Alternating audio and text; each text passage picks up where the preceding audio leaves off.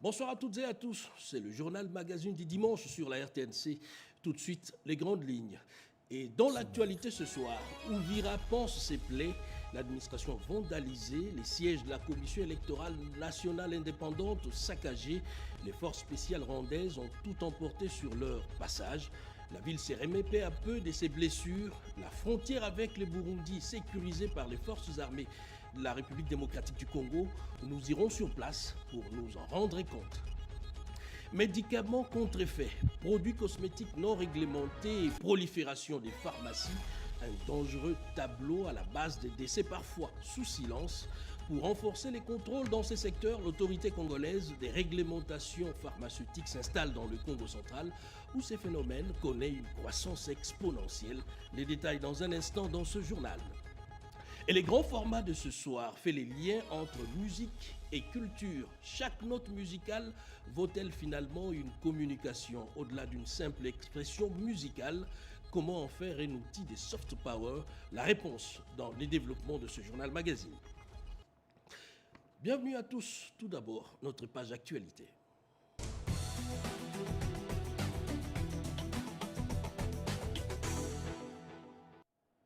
Les développements de la situation sécuritaire dans la partie est du pays ainsi que d'autres sujets en bilatéral, c'est l'objet de la visite de travail du président de la République, Félix-Antoine Tshisekedi, à Oyo, au Congo, où il a échangé avec son homologue Denis Sassou Nguesso. On en parle dans ces reportages.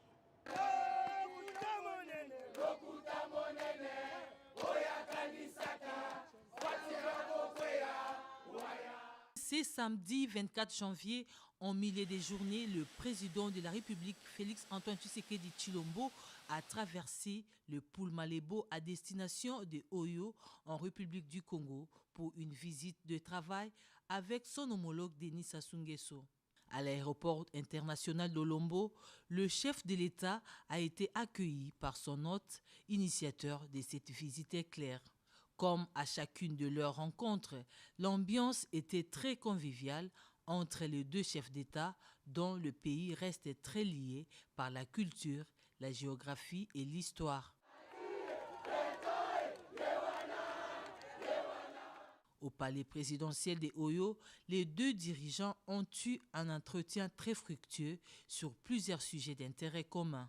Ils ont discuté du renforcement de liens de bon voisinage et de coopération compte tenu des atouts et du potentiel des deux pays. Les deux dirigeants ont également évoqué l'évolution de la situation sécuritaire dans la région et ses défis croissants, notamment les efforts visant l'instauration de la paix à l'est de la RDC.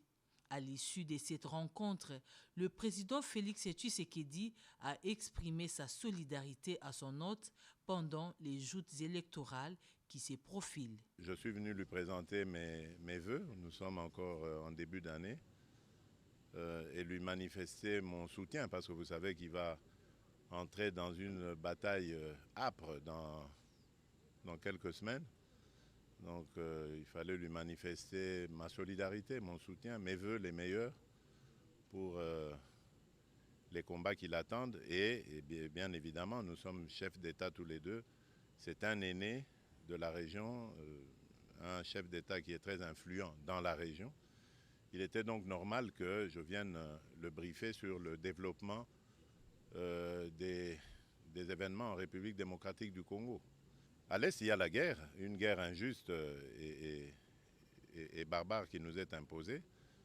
Il y a des processus de paix qui ont été engagés et pour lesquels d'ailleurs les protagonistes se sont aussi engagés, mais qui ne sont pas respectés par certains. Donc ça, je vous laisse constater les choses. Ce n'est pas à moi de dire ce qu'il y a lieu de faire ou pas. Mais le constat est là, il y a des gens qui se sont engagés, notamment à Washington, et qui ne l'ont pas respecté. Mais bon, nous sommes préparés à toute éventualité. Le président Tshisekedi et Sassou Nguesso se sont engagés à mener sans cesse des consultations régulières servant les intérêts et les aspirations des deux peuples. Dans la soirée, le président Tshisekedi a repris son avion pour Kinshasa.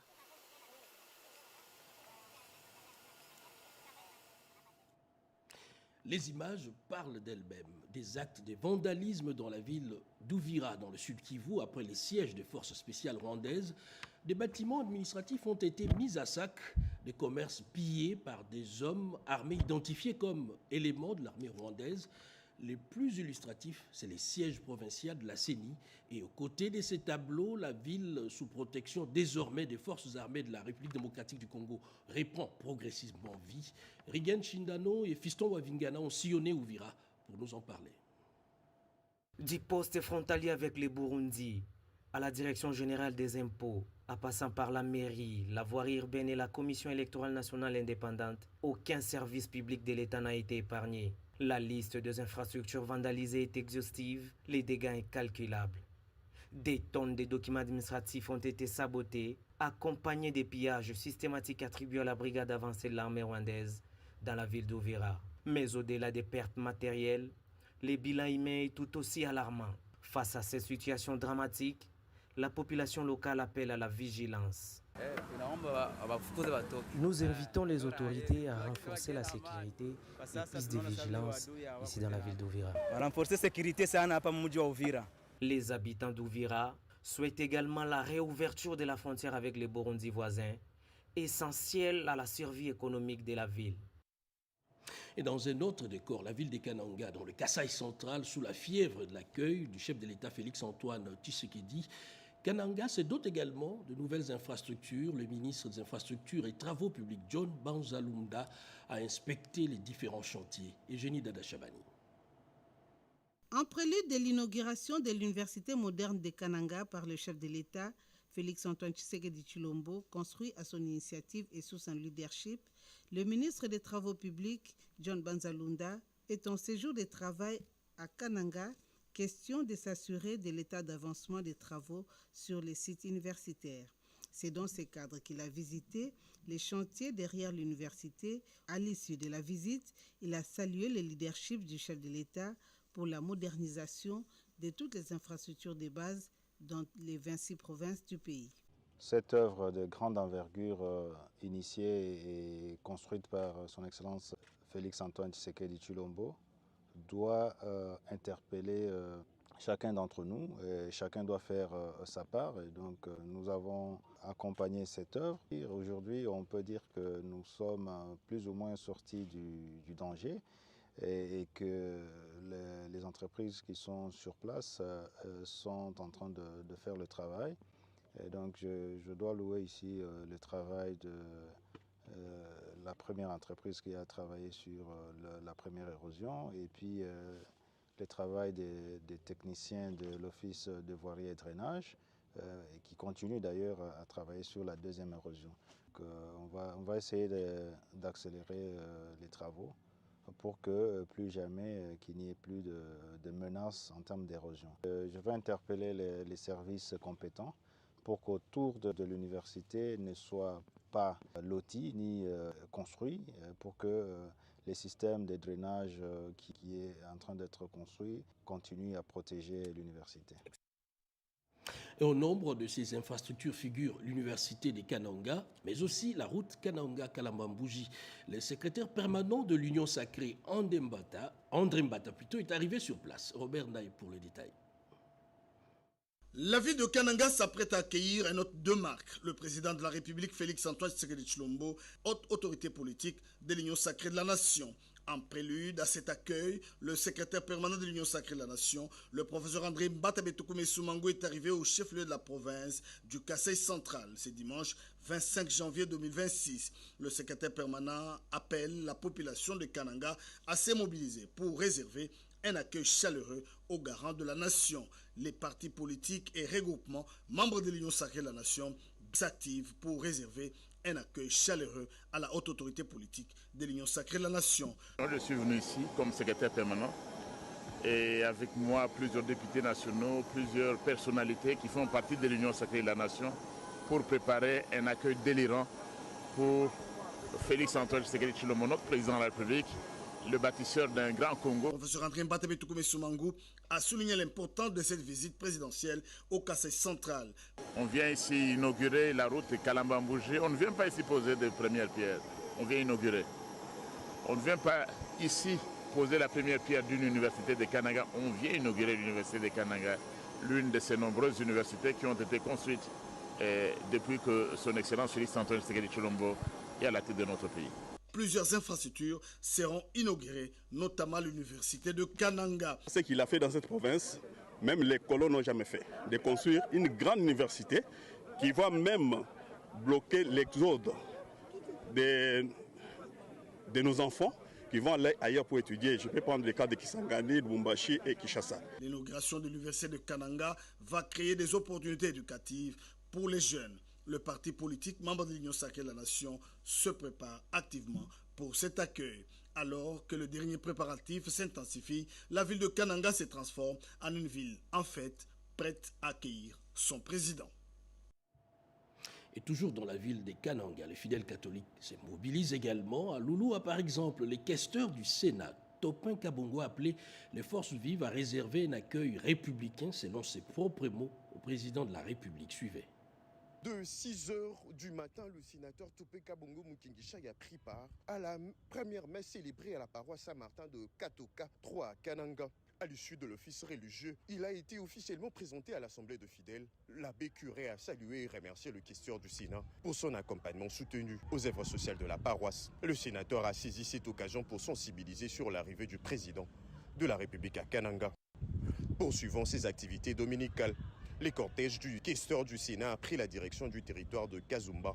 L'élu du Kasaï central s'est rendu au village Ngomba Dibataï où il a procédé à la concrétisation d'un engagement pris auprès de la population locale. Après la réalisation d'un forage d'eau potable, Topé Kabongo Mukingishayi a remis un poste téléviseur destiné à renforcer l'accès à l'information, à l'éducation civique et au suivi des activités des institutions de la République, en particulier celle du président Félix Tshisekedi. Sur le chemin de retour vers Kananga, Topé Kabongo Mukingishayi a inspecté l'évolution de travaux de réhabilitation de la route numéro 1 de Boulungu jusqu'à Kananga, longue de 64 km. Dernière étape de cette journée institutionnelle, le poste de péage cadre dirigeant de l'Union pour la démocratie et le progrès social. Le questeur du Sénat a sensibilisé les forces vives et la population locale à l'arrivée imminente du chef de l'État attendu ce lundi à Kananga, chef-lieu de la province. Il a invité la population à réserver un accueil populaire, organisé et républicain au président de la République, dont la visite officielle sera marquée par l'inauguration d'infrastructures d'envergure. De l'ordre, mais aussi le renforcement de la fraternité. Les médecins vétérinaires étaient en réunion pour examiner des questions liées justement à cette corporation. Nadine Kilocho et Moké Malouma. La médecine vétérinaire vise à assurer la santé et le bien-être animal tout en assurant un rôle crucial dans la santé. Les médecins vétérinaires congolais en sont conscients. Réunis à Kinshasa, ils planchent sur la confraternité et le travail d'équipe. L'objectif de leur noble mission leur a été rappelé par Bienvenu Madjoulou, directeur de cabinet à la fonction publique et représentant personnel du vice-premier ministre Jean-Pierre Liaou, en présence du docteur Bruno Miteo, président national de la Corporation des médecins vétérinaires de la RDC et chef de la maison civile du chef de l'État. La médecine humaine, la médecine vétérinaire et l'environnement constituent les 3 piliers de base sur lesquels repose la santé universelle. Leur déséquilibre a des conséquences parfois irréversibles. Environ 75% des pathologies humaines sont d'origine animale. Si c'est le vétérinaire qui s'occupe du traitement des animaux qui nous éviterait ces dangers, le médecin vétérinaire mérite la considération de toute la nation. C'est dans cette droite ligne que s'inscrit totalement le gouvernement de la République sous l'impulsion de son Excellence, Monsieur le Président de la République, chef de l'État, Félix Antoine Tshisekedi Tshilombo, qui a fait du secteur de l'agriculture et de l'élevage des leviers du développement à la base de notre pays en proclamant la politique de la revanche du sol sur le sous-sol. Il revient aux médecins vétérinaires à s'exprimer qualitativement sur terrain par des initiatives incitatives et réalistes, à être compétitifs et à travailler avec conscience pour répondre aux attentes du gouvernement et de la nation. En plein congrès, les vétérinaires ont appris la bonne nouvelle de l'alignement effectif des primes de risque professionnels pour corriger les inégalités salariales. Ceci est consécutif aux accords conclus à Bibois dans la banlieue est de Kinshasa. Prolifération des pharmacies et médicaments contrefaits. Le mal paraît profond dans le Congo central. L'autorité congolaise des réglementations pharmaceutiques a procédé à l'installation d'une division provinciale dans la ville de Matadi. C'est un commentaire de Richard Kalala. Dans le cadre de la lutte contre la prolifération des pharmacies, l'autorité congolaise de réglementation pharmaceutique, ACOREP en sigle, élargit son champ d'action. C'est dans cette optique que la division provinciale de l'ACOREP a été installée à Matadi, dans le Congo central. Le vice-gouverneur Prosper Tambidila a réaffirmé l'engagement de la province à soutenir cet établissement public dans sa mission de réglementation, de contrôle de médicaments, produits cosmétiques, denrées alimentaires et autres produits de santé en RDC. Cette déclaration a été faite devant les partenaires techniques et financiers du secteur de la santé réunis lors de la cérémonie d'installation de cette structure de régulation. Vous avez le soutien de l'administration provinciale du Congo central ainsi que notre accompagnement dans l'exercice de vos missions au sein de notre province. Pour le directeur général de la COREP, Christian Tumbangoï, la création de cette antenne provinciale constitue un signal fort de la rigueur désormais exigée dans ce secteur. Les données disponibles à notre possession pour la ville de Matadi indiquent les inadéquations ci-après à réguler absolument. Seuls 7 établissements de distribution en gros sont autorisés sur les 23 existants. Un seul laboratoire de fabrication régulièrement autorisé sur les 3 qui sont opérationnels. Ces constats justifient pleinement l'implantation urgente de cette division provinciale afin d'assurer, entre autres, un contrôle effectif et permanent du secteur pharmaceutique. Avec cette installation, la COREP entend veiller au strict respect des procédures liées notamment à l'authentification et à l'autorisation d'importation de produits pharmaceutiques.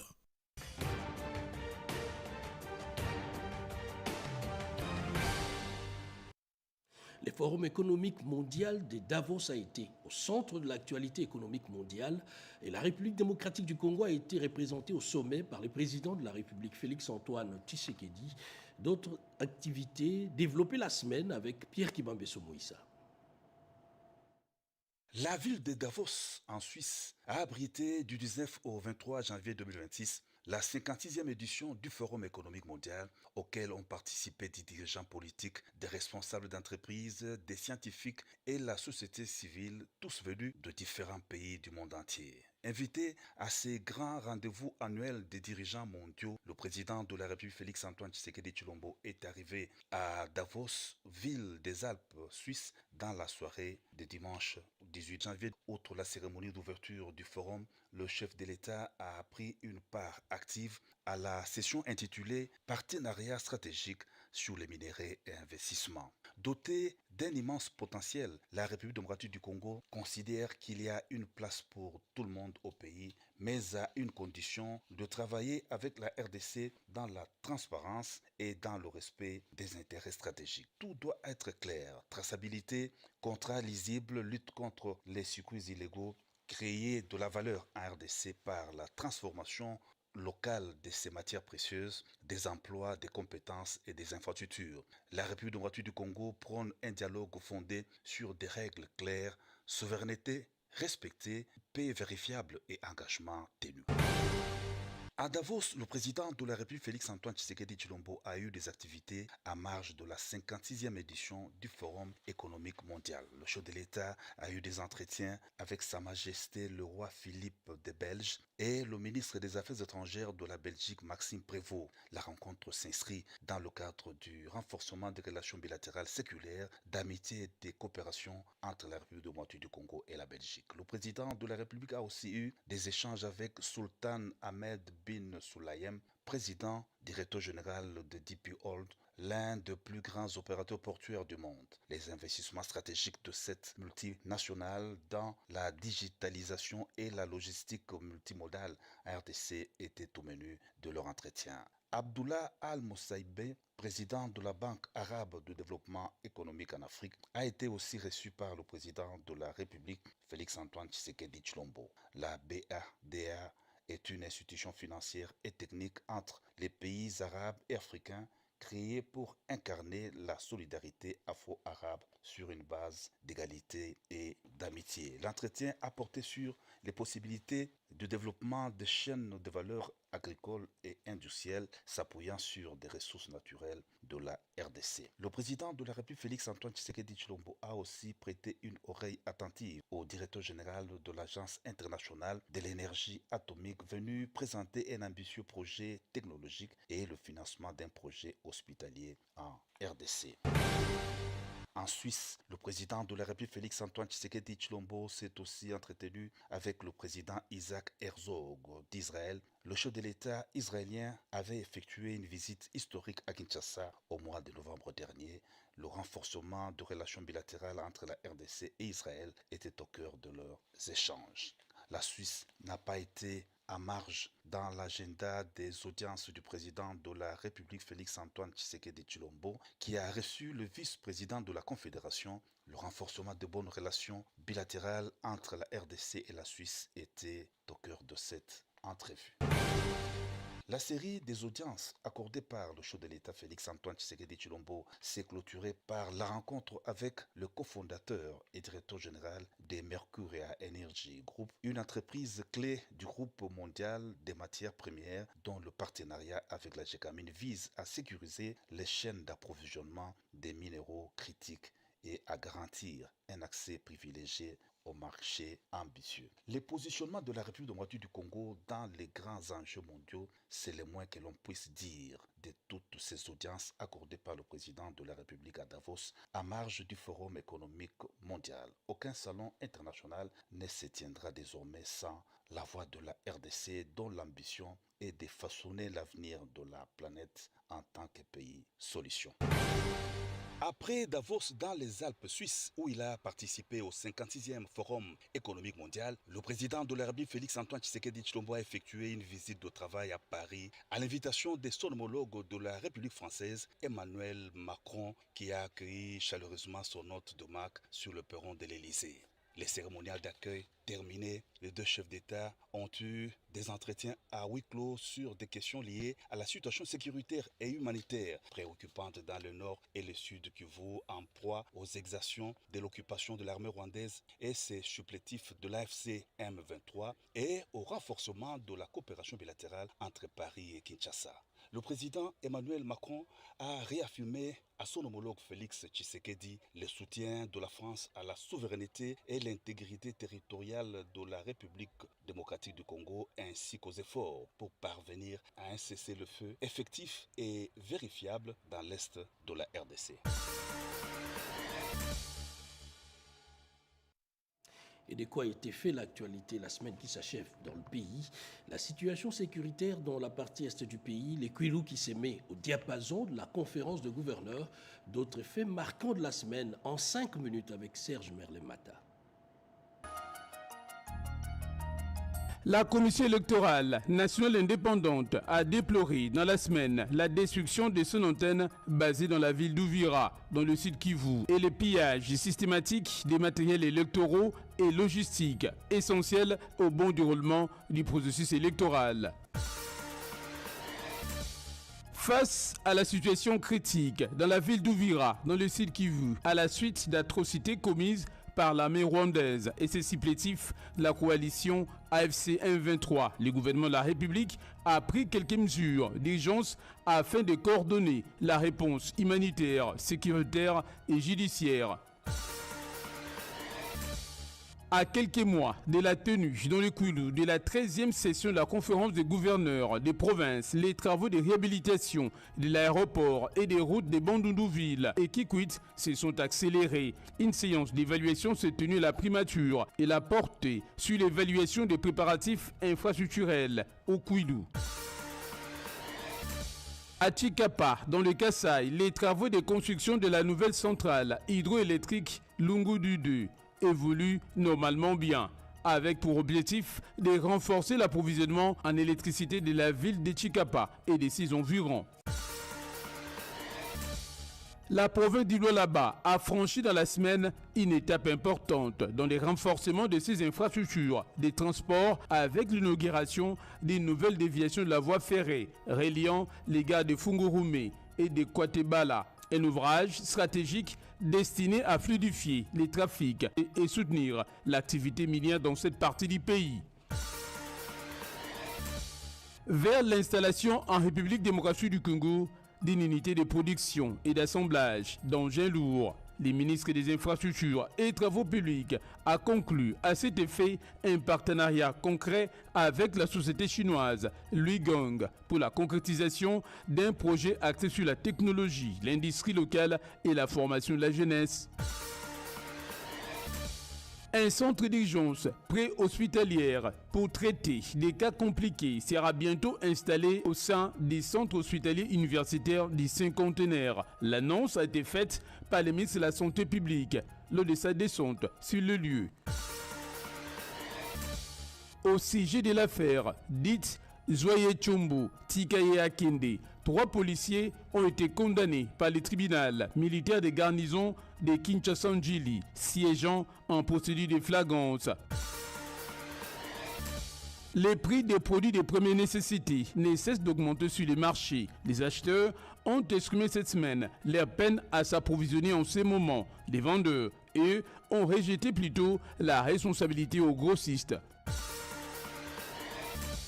En page noire, après les derniers hommages lui rendus par ses collègues, agents et cadres de la RTNC et autres professionnels des médias regroupés au sein des différentes associations, les journalistes des informations télévisées et directeur de l'ICA RTNC, Médard Liévin Bouyal Mongala, a été conduite en cette dernière demeure au cimetière Nécropole 1 de Lantsélé.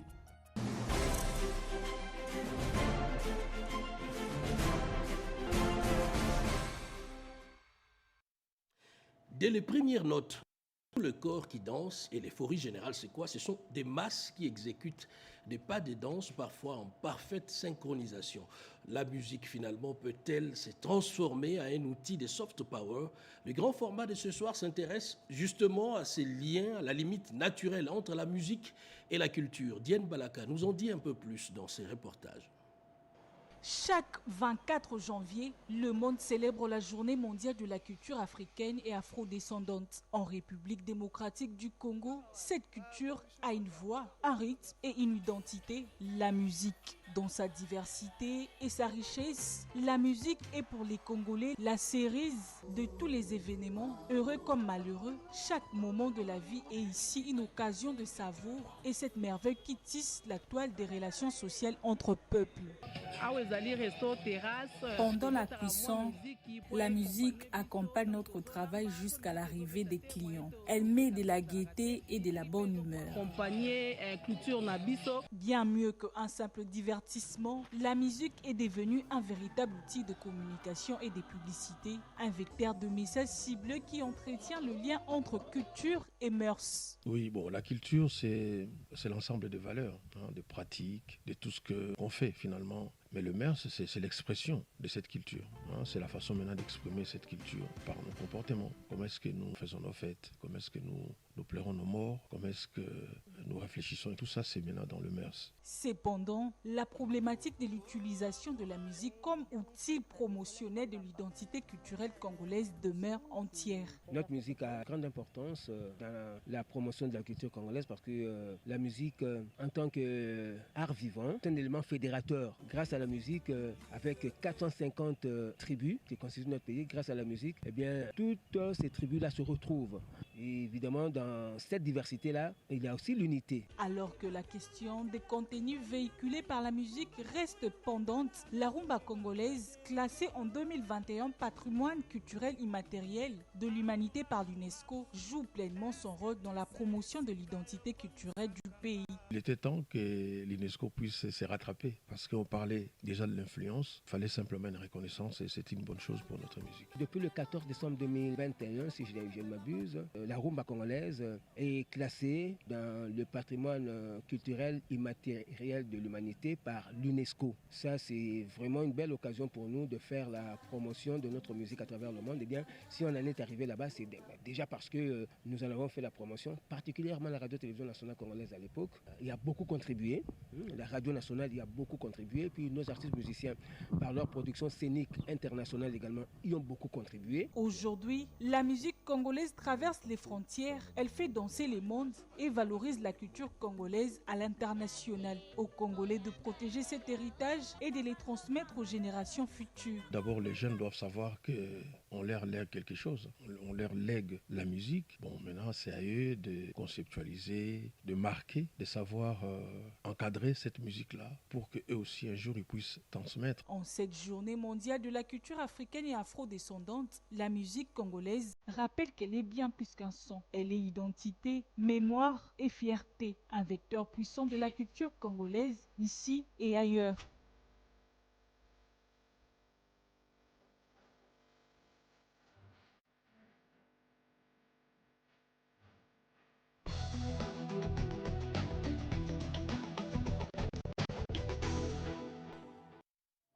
La conférence des justices constitutionnelles d'Afrique a tenu sa 19e réunion du bureau exécutif à Alger, en Algérie.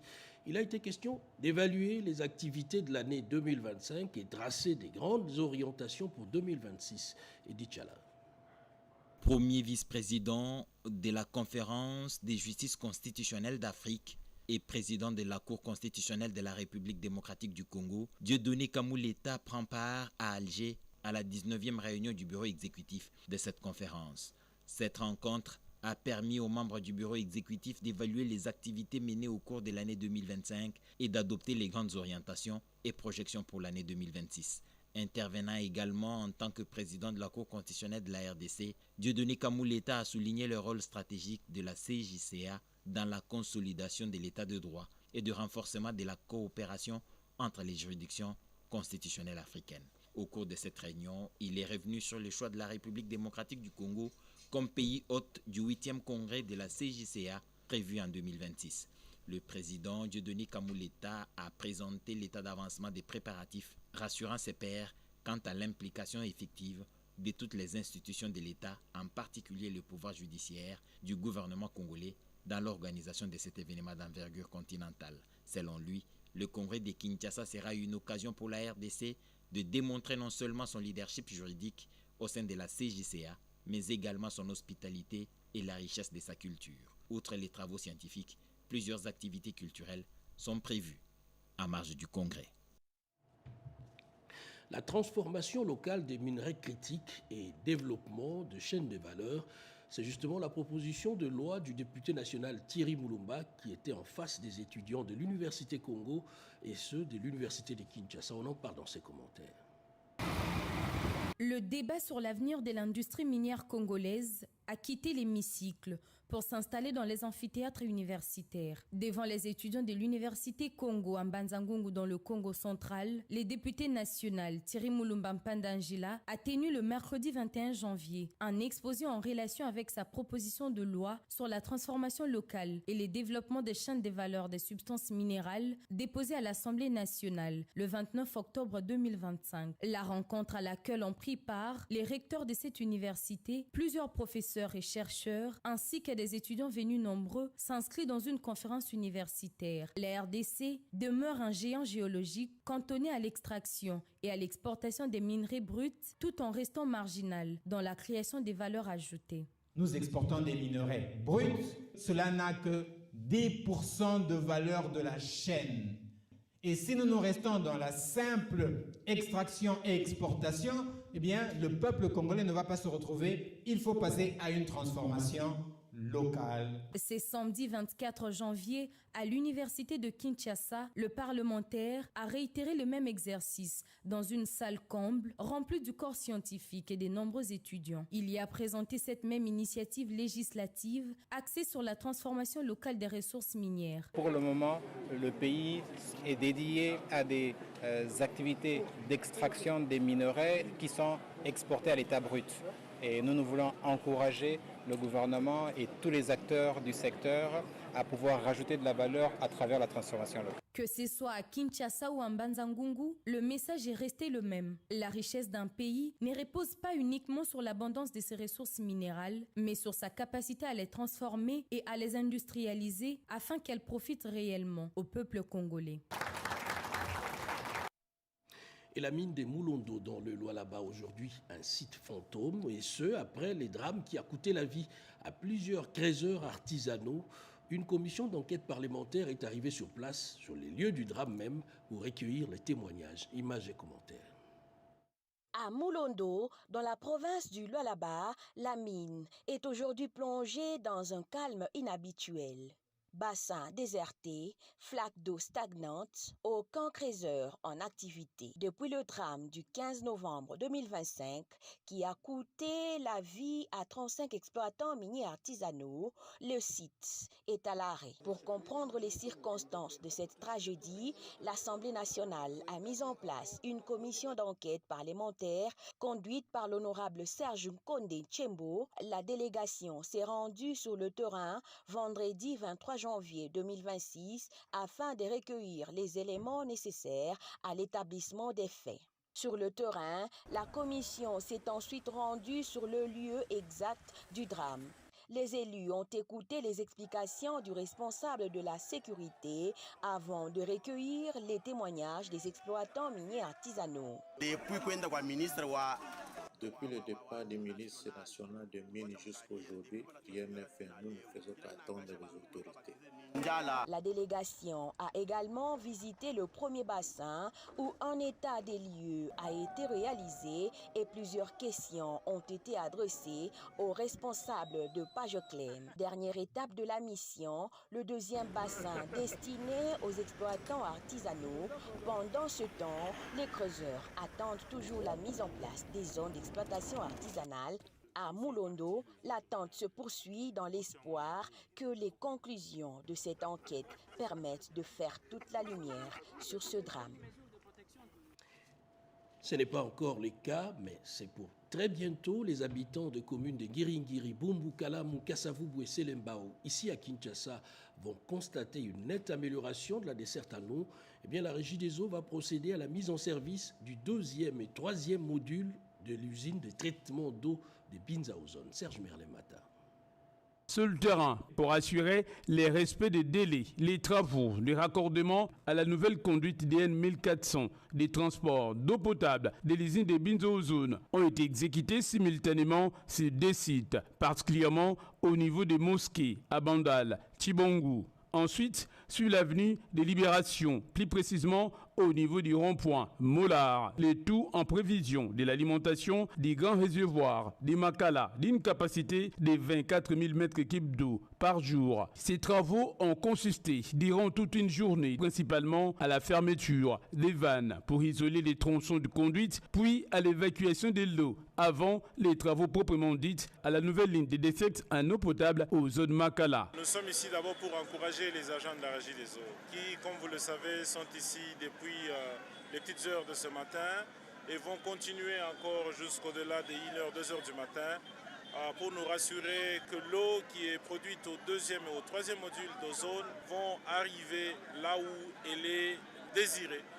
Parce qu'il y a encore des coins de la ville qui n'ont pas de l'eau, pourtant nous avons quand même assez de liquide à l'usine d'ozone. La Régie des USA intensifie ainsi ses efforts pour renforcer significativement la desserte en eau potable dans la partie centre-sud, jadis déficitaire. Le réservoir va arroser d'autres coins de la ville. Nous espérons atteindre jusqu'à ceux qui sont à Mombélé quand ce réservoir sera rempli d'eau. Malgré des défis majeurs, la direction générale, la Régie des USA, réaffirme son engagement à répondre aux besoins de la population sur l'ensemble du territoire national.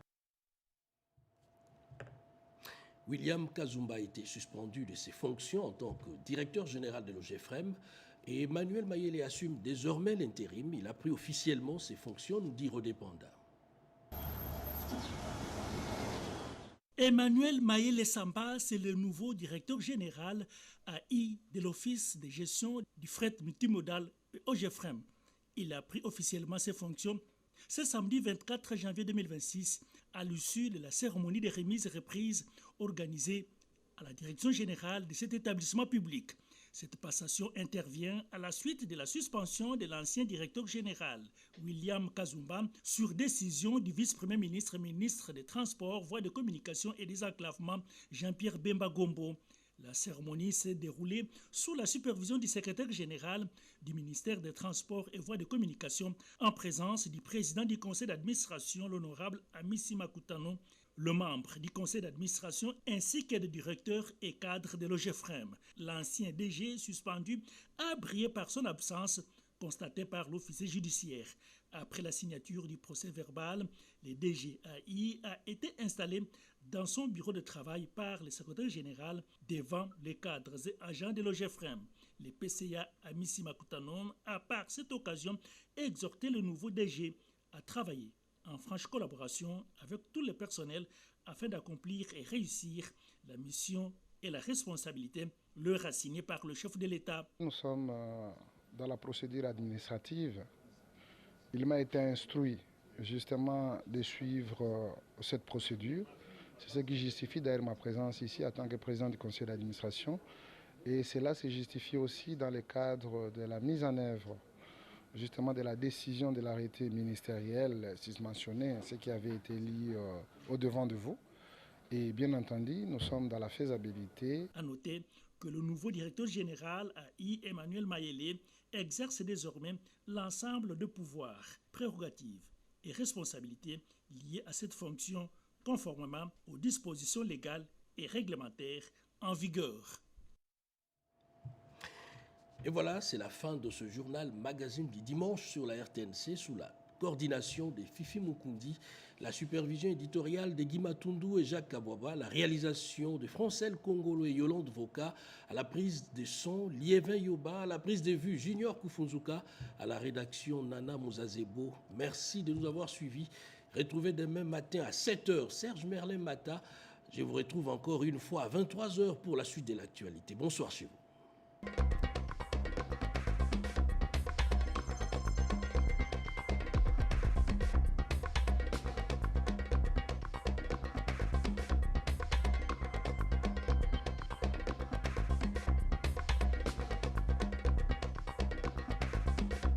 En République démocratique du Congo, les terres des communautés locales font partie du